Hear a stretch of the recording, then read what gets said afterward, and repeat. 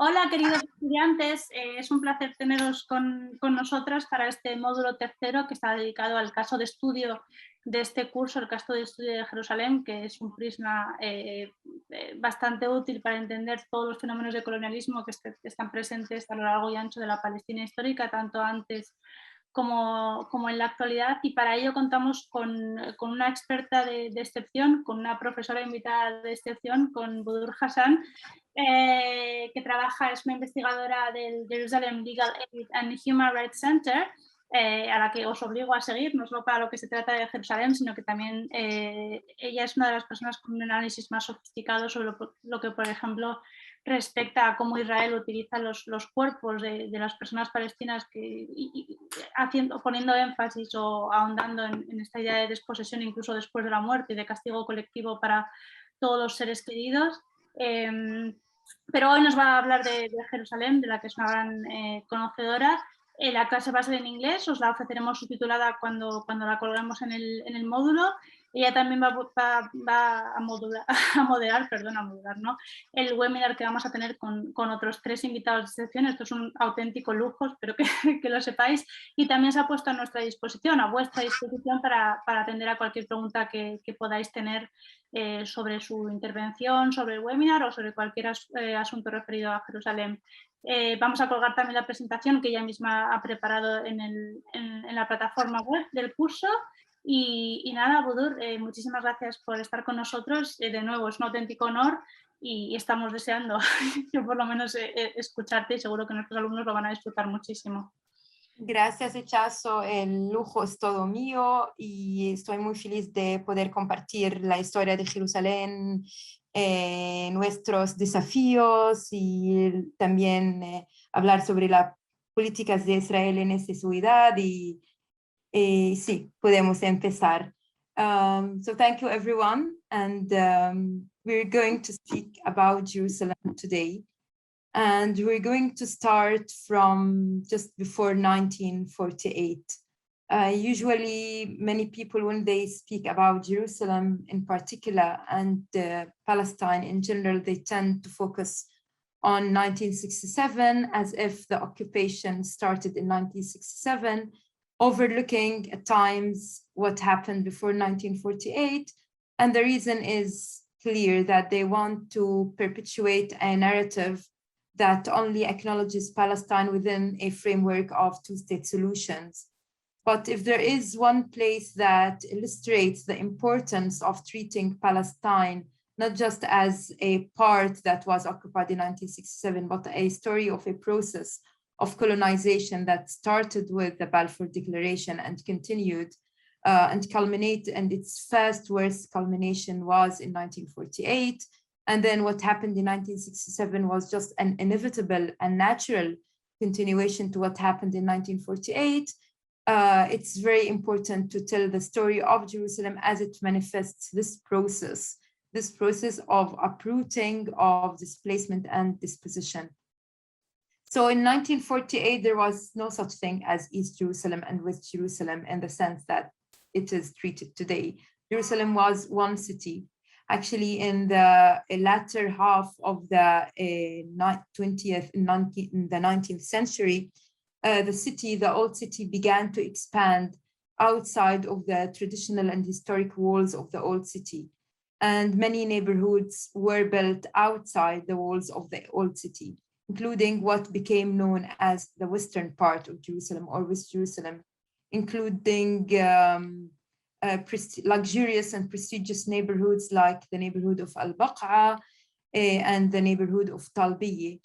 These neighborhoods were inhabited by upper middle class Palestinians, most of them, and mostly by educated Jerusalemites as well. And they developed and witnessed natural growth. And in 1948, when Israel tried to occupy the western part of Jerusalem, 30,000 Palestinians from these neighborhoods, from the neighborhoods of Talbiye, Al-Baqa, German colony, in 1948 were displaced. So we're just talking about Palestinians who lived in the western part of the city per se. In all of the western part of Jerusalem, meaning the city and its periphery, some 72,000 Palestinians were displaced in total. And we're talking a bit about a different type of displacement that the western part of Jerusalem witnessed.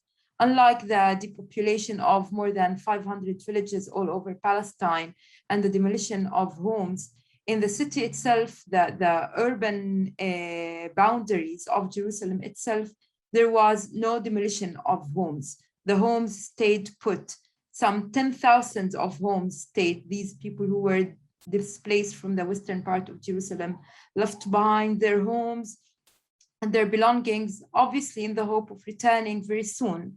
These homes stayed intact. And then the Jewish National Fund, the JNF, took over these homes, classified it as absentee property within the Israeli absentee property law that was enacted in 1950, and started distributing these homes to the newly arrived Jewish settlers.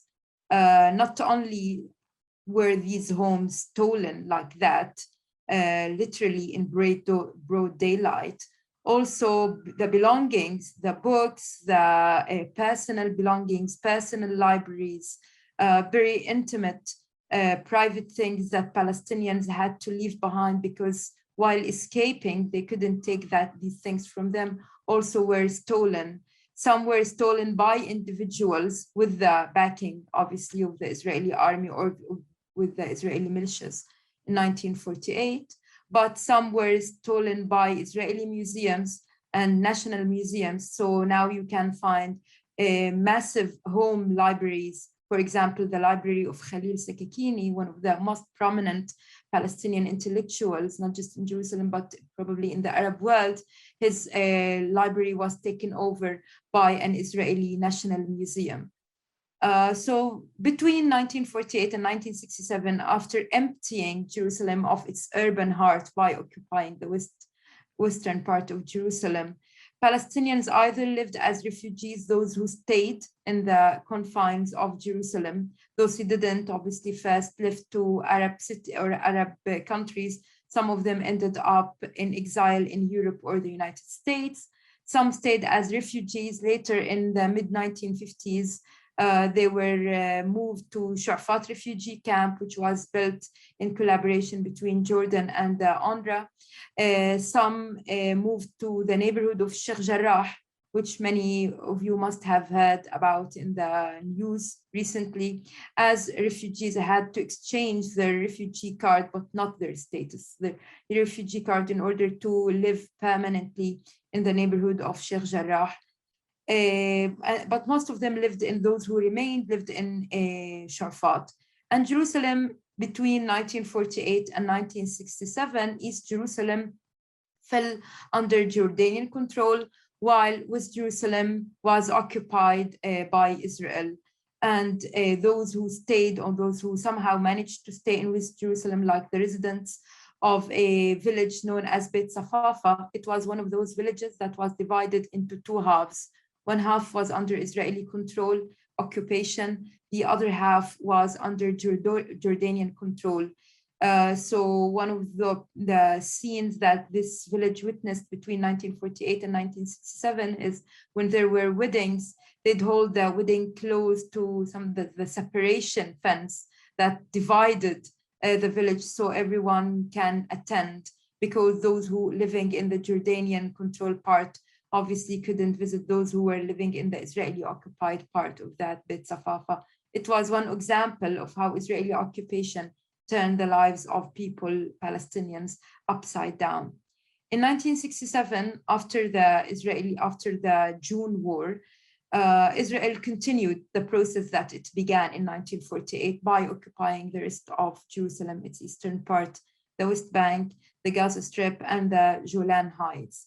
And it's very important to stress that it was a process, because there were documents that were released by the Israeli government that were archived for a long time and not disclosed, but which were only recently disclosed, that proved how Israel was working during the 1950s and the early 1960s to draw potential scenarios on what it would do if it occupies Arab and Palestinian land.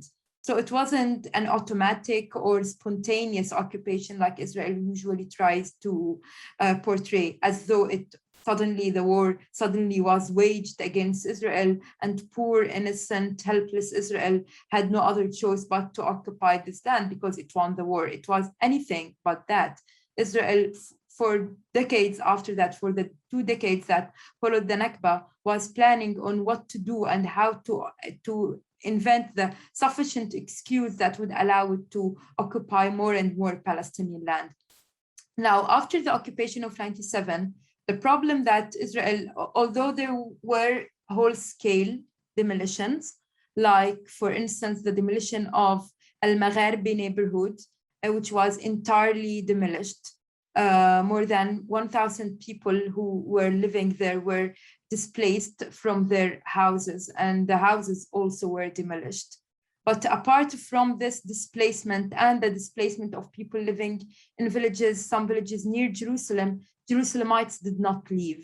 There were provocations, there was encouragement, even buses that were provided by Israel in order to convince people to leave Jerusalem and to go to Jordan.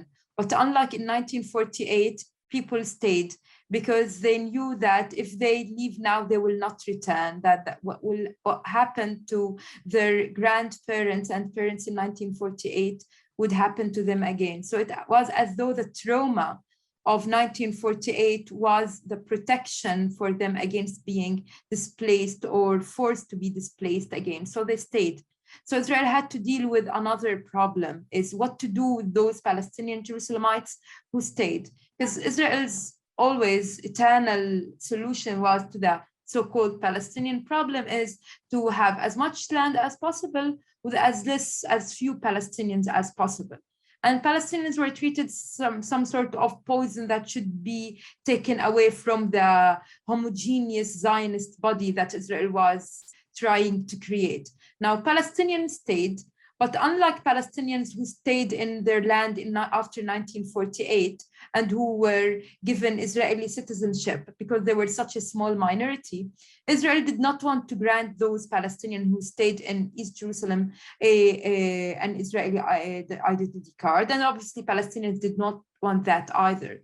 So what Israel did to those Palestinians is grant them a permanent residency, which is a residency that can be revoked. It is permanent, but it can be revoked. But the most important thing, the immediate thing that Israel did is, while drawing the boundaries of what became the Jerusalem municipality, it made sure to extend the boundaries of the city, but to make sure not to annex the land, but not to annex the people. Because Israel annexed East Jerusalem. Annexing it means imposing its sets of laws, civil and administrative and criminal laws over Palestinians who had lived in Jerusalem. Unlike in the West Bank, for instance, where Israel continued to militarily occupy the West Bank while also confiscating its land, in Jerusalem it legally annexed the land in 1967. It expanded the boundaries of the eastern part of Jerusalem from 6.4 square kilometers to 72 kilometers. The overall area of Jerusalem, west and east, reach 125 square kilometers. But the most heavily populated areas in Jerusalem, near Jerusalem, that were always part of the Jerusalem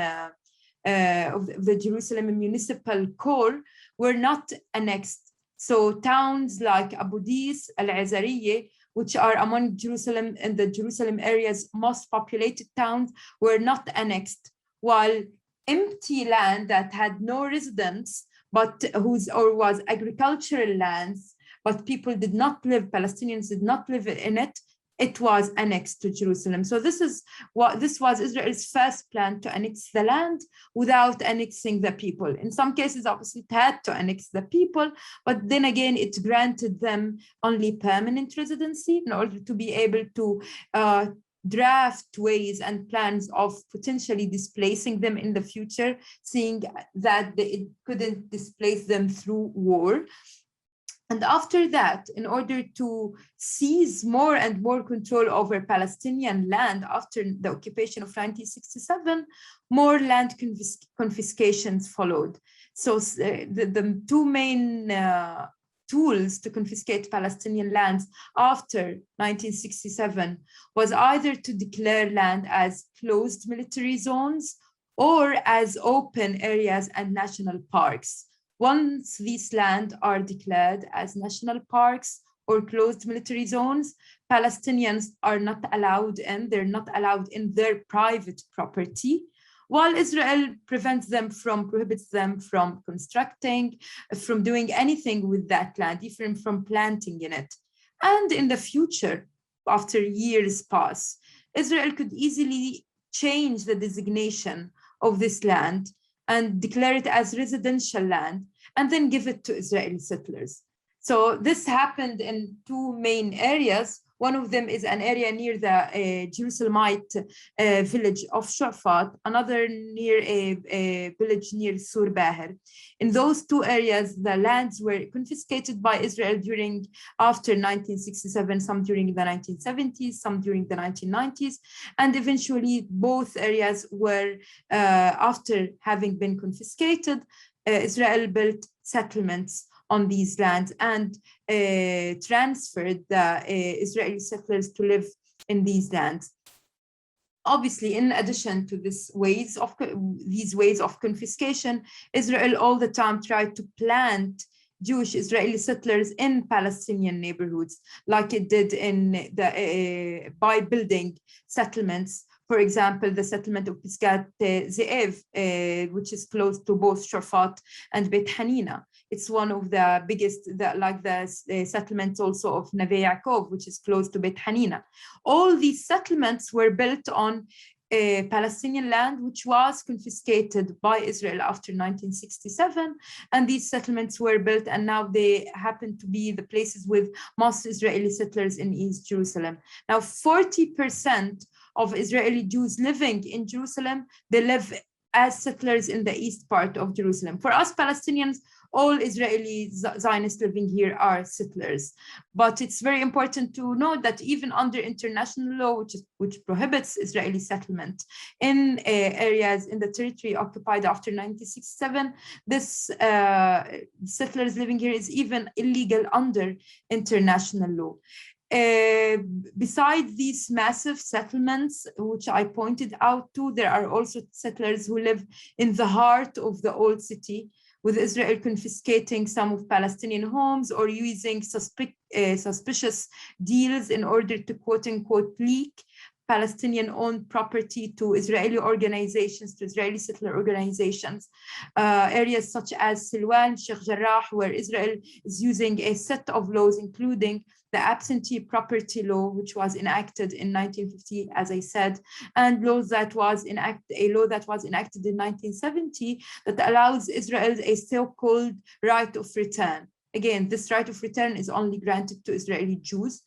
Supposedly, they claim that areas that were declared as Jewish trusts or Jewish endowments at the end of the 19th century, even though in some cases the endowment stopped operating well into the 1930s, after 1967, Israel came and Israeli settler organizations claimed that they own these land by virtue of the waqf that was signed decades ago.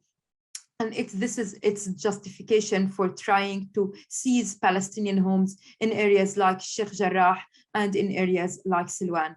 This again resulted in the fact that as of today, almost 40% of Jewish settlers living in all of Jerusalem live in the eastern part of the city alone. This didn't solve all of Israel's problems of how to deal with the Palestinian demographic, because despite all of the attempts at demographically re-engineering the city, at the point of speaking right now, the percentage of Palestinians living in East Jerusalem, in the eastern part of Jerusalem, is 40%. Israel's famous 2020 plan said that it wanted to reach a situation where the percentage of Palestinian is just below 30%. But it happened that despite all of Israel's attempts, including from land confiscation to designing and classifying Palestinians as permanent residents and expelling Palestinians from their homes by not allowing them to return in case they stayed for more than 7 years outside of Jerusalem, or in case their center of life is not in Jerusalem, but rather in the West Bank. So despite all these hazy criteria that Israel established in order to expel Palestinians slowly but surely, Palestinians remained. So Israel continued to pile bureaucratic, legal, and political hurdles in order to allow for the re-engineering of the city. For example, preventing Palestinians from building and constructing homes, like imposing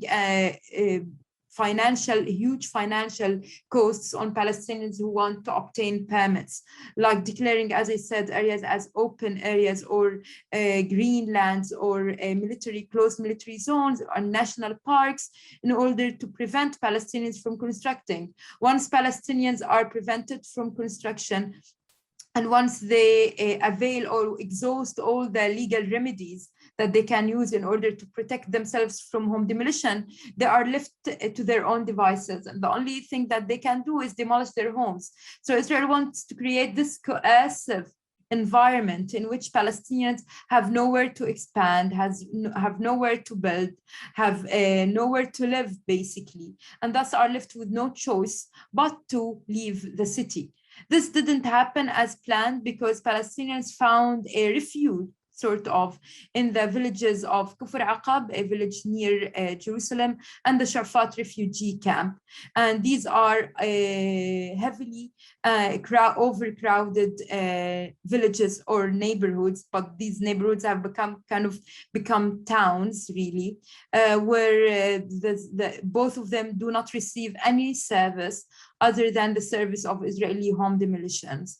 And the situation and the conditions of living there are really sometimes unfit even for the minimum conditions required by people to live and the adequate housing and adequate living conditions. Still, because they provide Palestinians with the possibility to stay there while protecting their Jerusalem residency, many choose to go and to move there in order to just stay within the Jerusalem or the municipal boundaries of Jerusalem so as not to lose residency.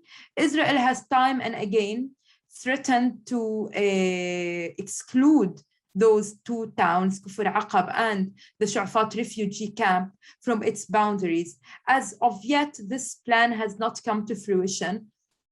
I think because Israel is wary of the political pressure that would be caused if it considers it publicly, but there have always been threats. In addition to these threats of excluding Shu'afat refugee camp and Kufr Aqab from its boundaries, Israel has also threatened with another plan, which is the Greater Jerusalem plan. This plan has been temporarily shelved by Israel towards the end of 2017 after pressure by the US government, especially Trump, in exchange for his recognition of Jerusalem as a capital of Israel. He ordered Israel to shelve temporarily the Greater Jerusalem plan. And the Greater Jerusalem plan entails the annexation of two of the biggest settlement blocks in the West Bank, Ma'ale Adumim and Gush Etzion, to the municipal boundaries to Jerusalem, and then creating the Jerusalem metropolitan area, which obviously has an overwhelming Jewish majority because these are Jewish-only settlements. Obviously, the plan includes only annexing these two settlements and not annexing the Palestinian villages that are surrounded by these two settlements. Again, this plan has not been implemented or carried out, but when we talk about plans that have been suggested or proposed and not been implemented or carried out yet, that doesn't mean that Israel cancels these plans. It suspends them probably, but only to resume talking about them when it thinks that the situation is fit for discussing these plans. Now, the final thing I'm going to talk about is, okay, what does that mean or entail for Palestinians? How Palestinians live despite all of Israel's attempts to expel them, to displace them, and to confiscate their land? What happens to Palestinians? And it's very important to understand that we're talking about sort of labyrinth of laws, of bureaucracies, of permits, a very complex, multi-layered permit regime that dictates every small angle of Palestinian life, from birth to when they grow up, to when they get married, to when they die even. So for instance, a Palestinian from Jerusalem who gets married to a Palestinian from the West Bank, they can't live together in Jerusalem if the female spouse is less than 25 years old, or if the male spouse is less than 35 years old. And even though this law, that has been the case since 2003, even though this law has not been renewed due to political problems between the opposition, the Israeli opposition and the Israeli coalition, it's still implemented. The current Israeli Minister of Interior, Ayelet Shaked, is still acting as though this law is currently has been renewed. So it's still rejecting every Palestinian request for family unification, or just simply not dealing with any Palestinian request for family unification. So just one example of how this such a small decision by a Palestinian of whom I want to spend my life with is dictated by Israel. If a Palestinian from the West Bank is married to a Jerusalemite and they want to register their children as Jerusalem residents, it's not something that happens automatically, but it's something that requires a hugely difficult legal process just to get that simple registration. As Chasso said, that even after death, Palestinian life continues to be controlled by Israel, because Israel gives itself the authority and the right to withhold the bodies of dead Palestinians, to extend its punishment of the Palestinian body posthumously, and to collectively punish the entirety of the Palestinian population. Repressive violence, as we witnessed during the protests against the expulsion and the mass displacement of Sheikh Jarrah, happens, but it's not the only way that Israel cracks down on the Palestinian occupation.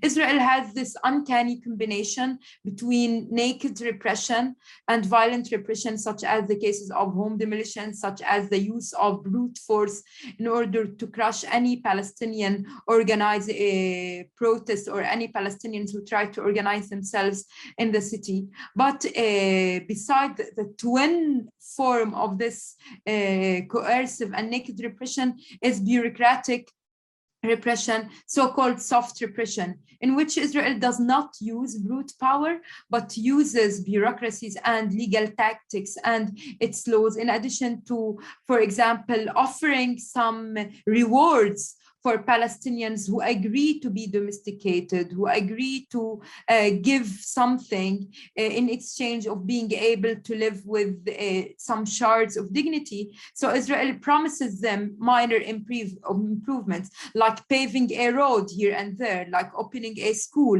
here and there. So all of these promises, which we can describe as the stick and the carrot, the stick is always accompanied by the carrots. There are points when Israel realizes that no matter how many carrots it distributes, this is not enough in order to domesticate the Palestinian people and in order to erase and wash away their national identity. And we saw this in 2014 after a major uprising that erupted after the burning to death of Palestinian teen Muhammad Abu Khder.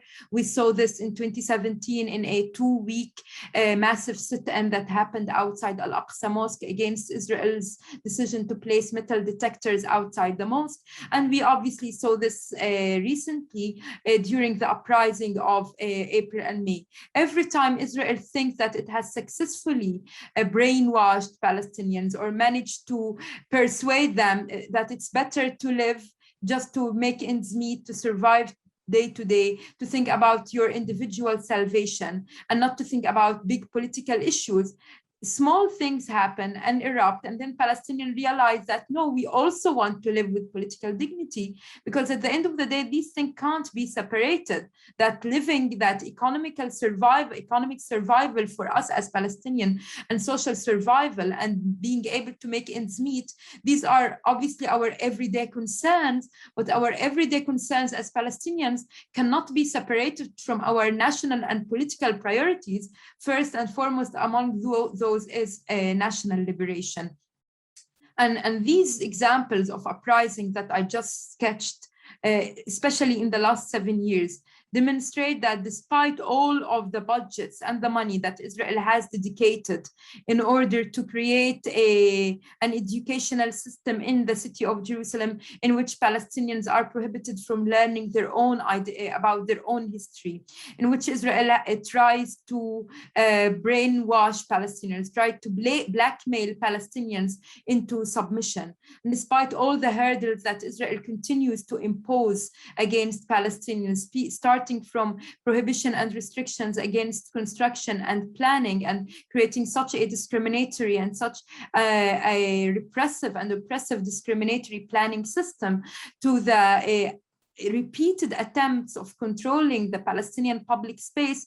Despite all of this, these three uprisings in particular, plus the individual attacks carried out by Palestinians in October 2015, urged by their attempt to reclaim their own destiny to their own hands, and with their anger at the current leadership that has forsaken them for so long, just demonstrate that all these attempts have failed, that Palestinians in Jerusalem continue to rise up despite all that they are subjected, and that this young generation that many have surrendered and said that this young generation has just forgotten about its identity, that it's not even close to the generation of the first and second intifada, that this generation is still alive and still fighting. ¿Me dejas que te haga unas preguntas sobre tu presentación? Sí. Sí, vale. Yo, es que una, por ejemplo, voy a aprovecharme todo lo que pueda hasta que me digas basta, pero por ejemplo en el último cartel que has colgado, que lo estamos teniendo delante, que ahí está el mensaje de un pueblo, un único país, una única causa, y a mí sí que me gustaría que, aunque solo fuera por encima, explicaras a los estudiantes cómo se ha intentado, también a los residentes palestinos de Jerusalén se les ha intentado separar tanto de los palestinos del 67 como de los palestinos del 48, y cómo esto, pues como decías ahora, si te he entendido bien, ha sido infructuoso, porque al final siguen siendo, aunque tengan problemas quizás al día a día diferentes, siguen sintiéndose palestinos y siguen teniendo al fondo del corazón esta voluntad patriótica de luchar por la causa palestina. Okay, so you mean the difference between the situation of Palestinians? Sí, un poco por encima, y sobre todo creo que es interesante que los estudiantes también entiendan esta idea de cómo a los palestinos se les ha prohibido toda actividad política en Jerusalén. Okay. Si te parece bien. So after 1948, as I said, after the Nakba, the Palestinians, which were just only a minority, because the vast majority, 750,000 Palestinians were displaced over all of Palestine.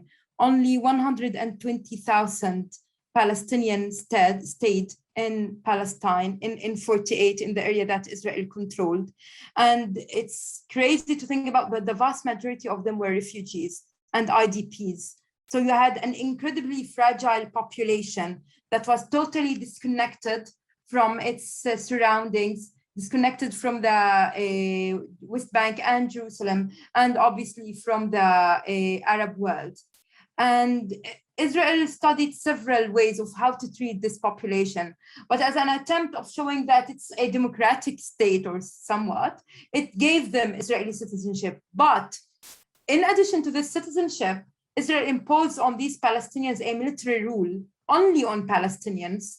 So between 1948 and 1966, Palestinians living in the Green Line, in the area that became known as Israel, in Israel proper, were all under Israeli military rule. So if they wanted to move from one town to another, they had to show their permit. So it's exactly the same permit system that was later used and implemented in the West Bank, was first introduced against Palestinians in 48. Also, in addition to that, Israel confiscated under the Israeli absentee property law and under another set of laws called the purchase laws, Israel confiscated their land. So it left those Palestinians whom, okay, it granted a citizenship, but it left them without land. So they're basically landless on their own lands. So on the eve of the Nakba, Palestinians within the Green Line owned 52% of the land. After these sets of Israeli laws, Palestinians in the Green Line only owned less than 5% of the land. So it's a huge, drastic decrease in land. So this is why Israel could afford to give them a citizenship, because what does citizenship mean when you're deprived of everything? You're deprived of your material resources, the land, and where you're deprived of any sense of dignity because you're treated as someone who as property, and when you're all the time are scared, are required to show your permits. So after 1967, Israel wanted to avoid a similar scenario with Palestinians who stayed in Jerusalem. So it treated as permanent residents. The main difference between being a permanent resident and a citizen is that citizens can't lose their citizenship with very, very rare exceptions. So Israel can't strip you of your citizenship if you have a citizenship, unless there are very rare exceptions, which I'm not going to go into right now because it's a complicated legal issue, but it's mainly under the Israeli penal code. But when it comes to residency, if you only have permanent residency, there are several ways, much easier ways of revoking your residency. Like, for instance, saying that your center of life is not in Jerusalem. Like if you have another house in Ramallah or in a village very close to Jerusalem, like Al-Azariye, which is a stone's throw away from Jerusalem, and which is basically Jerusalem, but not under the definition of the Israeli occupation authorities. If you have another house there, you're instantly investigated by the the National Insurance Institute, which is an Israeli governmental institute that provide social security and stipends, but whose also another task is to monitor Palestinians and to be the monitoring arm of the Israeli Ministry of Interior. So if they realize that you live there, that you have another house there, and that you don't really, your center of life is not really Jerusalem, but that other village in which you have another house, they can revoke your residency. And in order to retain it, you will have to prove that you are living in Jerusalem. You have to live successively for 2 years in Jerusalem, and only after that you can start the process of obtaining back your residency. If you claim the citizenship of any other country, like the foreign citizenship of any European country, you're also under the threat of losing your Jerusalem residency. If you live for more than 7 straight years in a country, even for studying or for education, without constantly coming to Jerusalem, you also are at risk of losing your residency. And this, by the way, it imposed several problems and difficulties for people during the COVID pandemic because of the travel restrictions and those who couldn't come back to Jerusalem in order to renew their residency or renew their permits.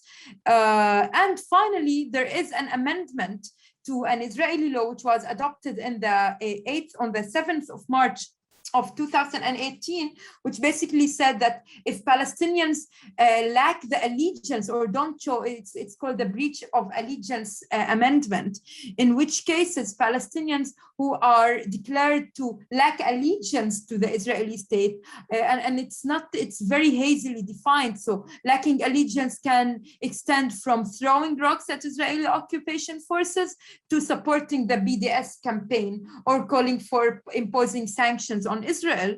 Your residency can be revoked. So this is the difference between residency and citizenship. But we have, again, to make sure that all of these, whether it's citizenship, because it's not a full citizenship really, it's a very artificial citizenship, because Palestinians in Israel in 48 have always been treated as colonized peoples, and their citizenship, while it's a paper that protects them from similar cases of expulsion, it's a paper that puts them at in a sort of hierarchy, but it's only a hierarchy. This hierarchy can have different legal layers, but at the end of the day, Israel knows very well that it's one of its ways in order to further divide the Palestinian people on both sides of the Green Line through the creation of different legal classification and definitions. But when it comes to the persecution of the Palestinian people, there is not really that much difference. And again, as we saw, the same tactics that were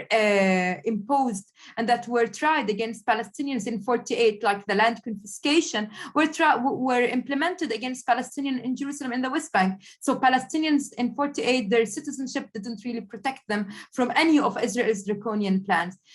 As we said, that any Palestinian activism in Jerusalem comes with huge costs.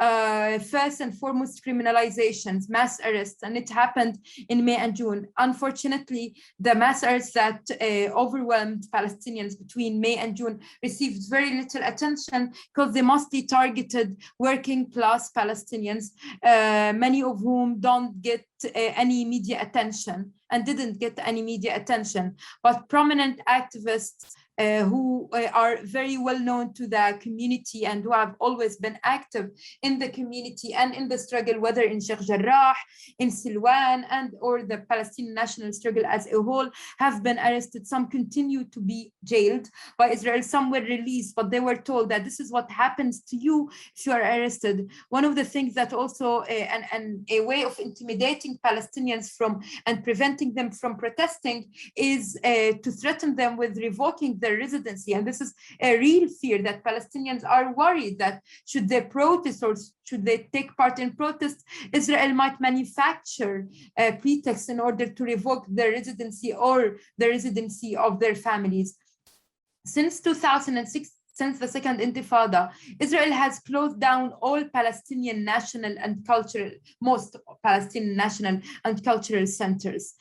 So Palestinians, if they want to organize, they almost organize at a whim individually. They have very little umbrellas under which they can organize. So much of these organizations and of the organizing have to be spontaneous.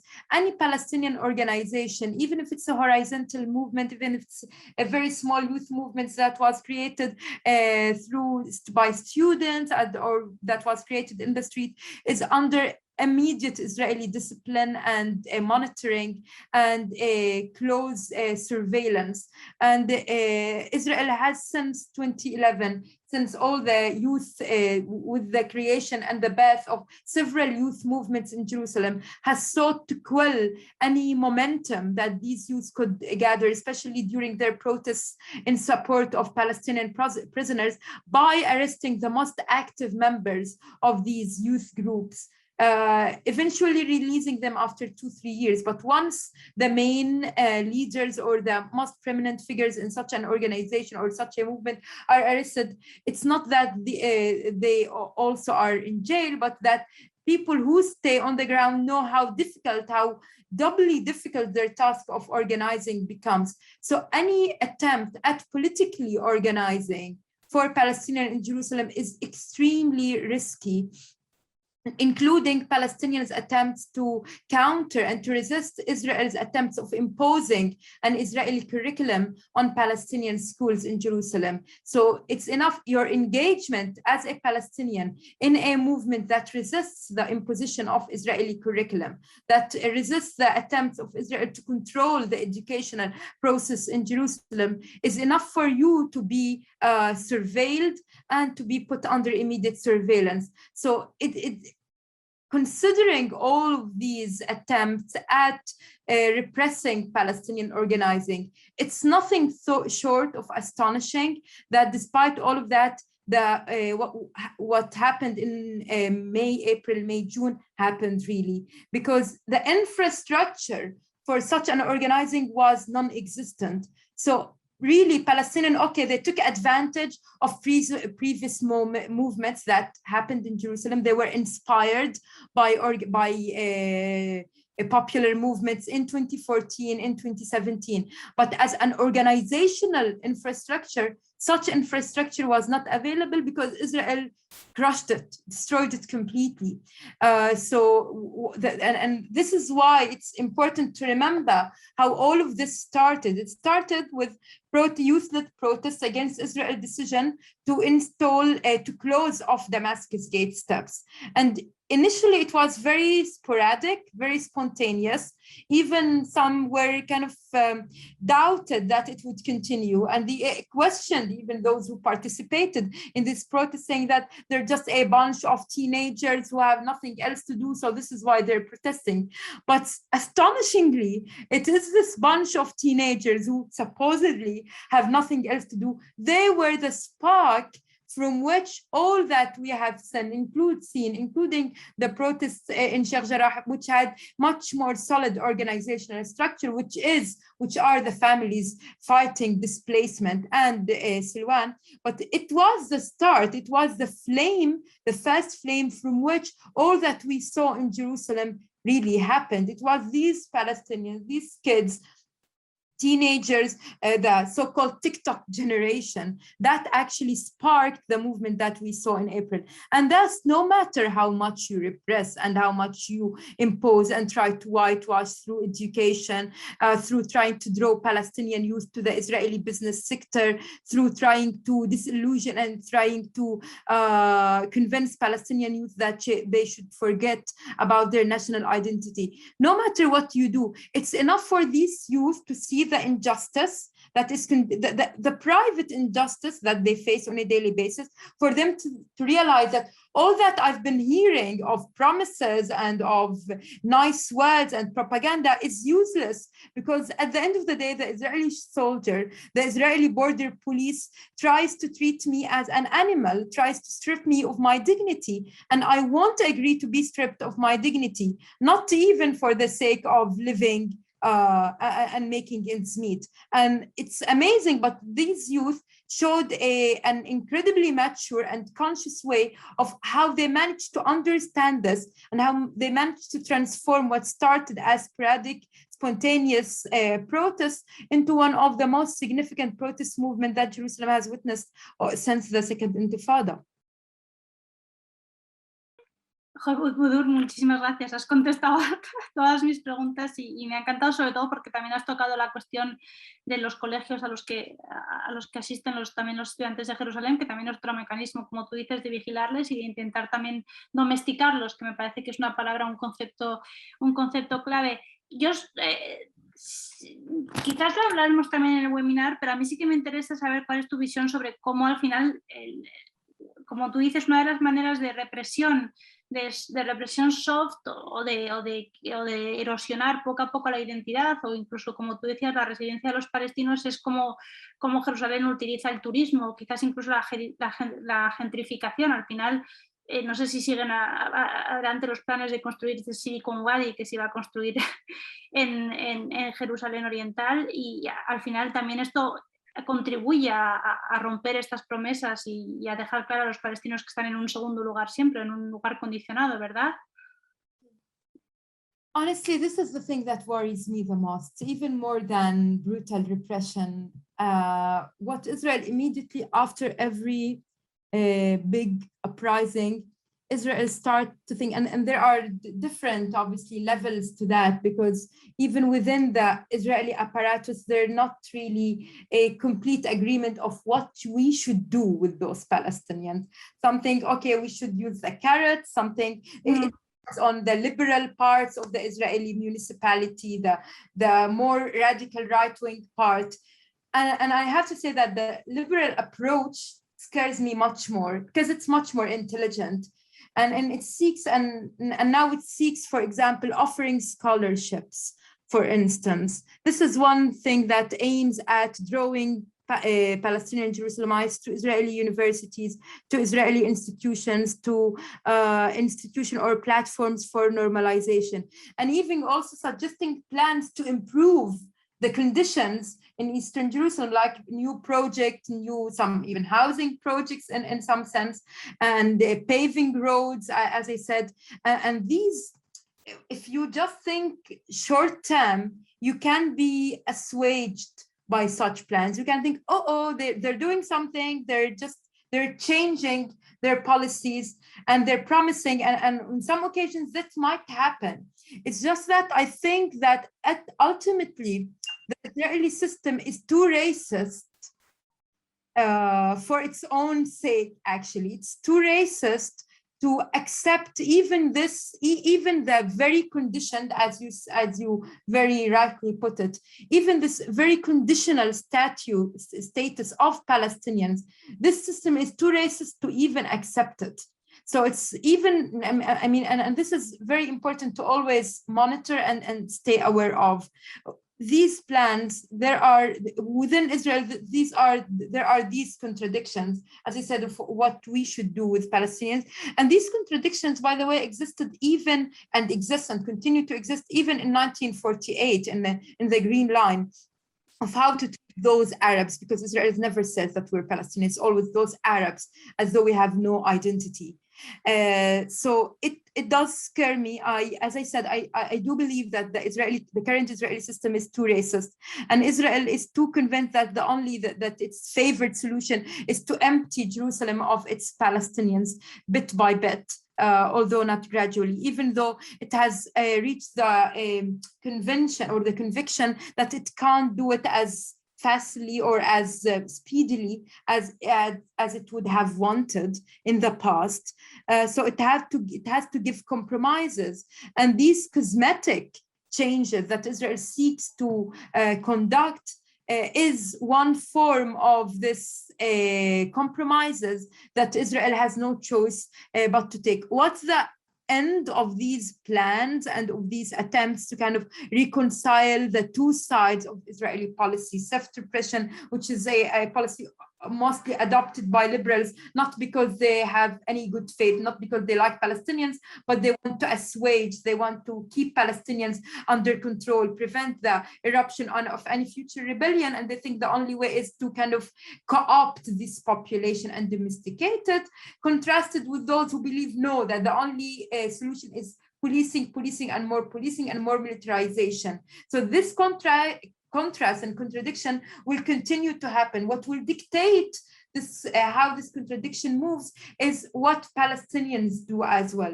And this is why it's so important to take advantage of the momentum that has been created by the current movement.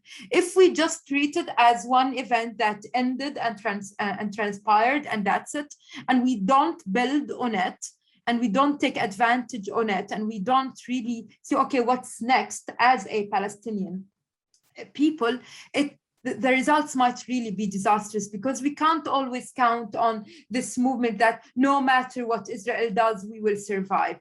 We didn't survive because we just waited and said no matter what Israel does.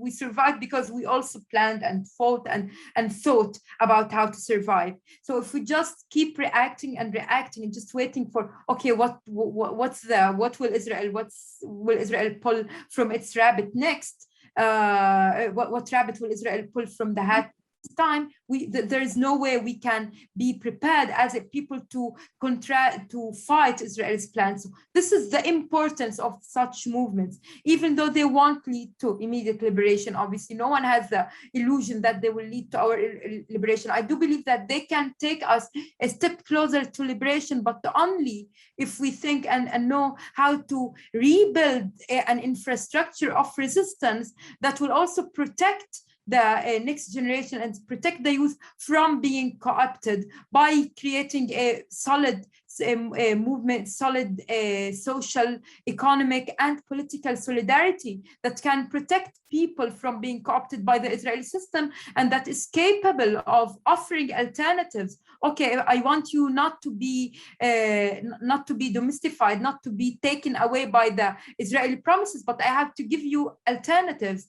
it's obviously very difficult how, as how unarmed, very disadvantaged financially speaking, you can do it. But you have to remember that you have, as I said, the momentum, and you have the confidence that what happened in May really gives you is that there is a consciousness, that the seeds of consciousness have been planted. The next step is how you can make them grow and blossom and mushroom into something that is long-standing, and that's into something that is ongoing, in order to continue the process of resisting Israeli control in all of its forms.